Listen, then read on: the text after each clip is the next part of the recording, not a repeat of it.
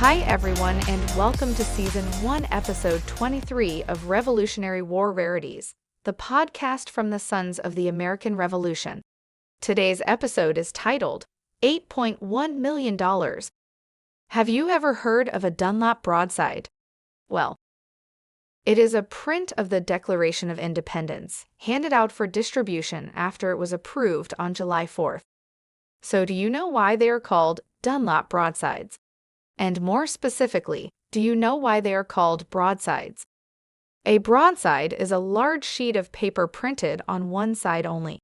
Historically, broadsides were used as posters and hung in prominent places, announcing events or proclamations. The most famous of the Declaration of Independence broadsides were printed by John Dunlap. He was a Philadelphia-based printer who had the contract to print for the Second Continental Congress. But there were other Declaration broadsides that were not printed by Dunlap, and the most well-known after the Dunlap would be the Goddard broadside. It was printed in January of 1777 and was the first to be printed with the names of the individuals who signed the Declaration of Independence.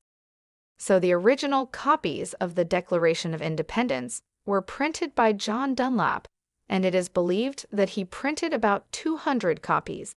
The last one sold at auction for $8.1 million. There are only 26 known original Dunlap broadsides that exist today. The significance of the Dunlap broadside is that it was printed on the evening of July 4th, 1776 in Philadelphia, Pennsylvania. There were only 2 names on the Dunlap broadsides. Do you know whose names are there and why all 56 signers' names are not on the Dunlap broadsides? Well, the Declaration wasn't signed until August 2nd, almost a month later. But 2 names do appear on the Dunlap broadside, and they are John Hancock, who was President of the Congress, and Charles Thomson, who served as Secretary of the Congress from 1774 through 1789. In New York City, there was a large statue of King George III on horseback. On the night of July 9th, after George Washington's troops heard the reading of the Declaration of Independence for the first time, a local group of the Sons of Liberty tore down the statue. That statue had only been on display for about 6 years. The statue was made from about 4,000 pounds of lead. And true to the cause of liberty, the attackers of the King George III statue ended up melting it down and making in excess of 42,000 bullets from the lead that was harvested.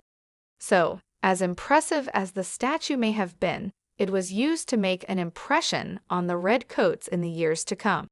So, strangely enough, this is a weird example of King George being used to kill his own troops. You can see that the Declaration of Independence had an immediate effect on the troops and further energized the movement, which ultimately resulted in the creation of the United States. And the Dunlap broadside played a major role. Now back to John Dunlap. Well, he ended up printing the Journals of the Continental Congress, the North American and United States Gazette, Continental Currency, and ultimately printed the Constitution of the United States. So why is John Dunlap important to the history of this great nation? Well, he served in the Continental Army under George Washington, but ultimately printed the most historic documents to ever come out of the United States. And although the Revolutionary War was already in progress before the Declaration of Independence was released, its release left nothing to the imagination of King George III and the British Houses of Parliament. Independence, and only independence, would be accepted. So, today the Sons of the American Revolution honor another little-known historical figure that played more than a little role in our founding. Today we salute you, John Dunlap, and your dedication to your art, which ultimately informed all colonials of the intent of the Continental Congress. Your broadside told the world what was about to happen. And that is why this historical artifact was worth $8.1 million. Thank you for joining us for this episode of Revolutionary War Rarities. And make sure and join us again in 2 weeks for episode 24 entitled, Say What? You will be amazed at some of the sayings that originated during the American Revolution and how they came to be. We will see you again very soon, right here on Revolutionary War Rarities. This has been a production of the Sons of the American Revolution.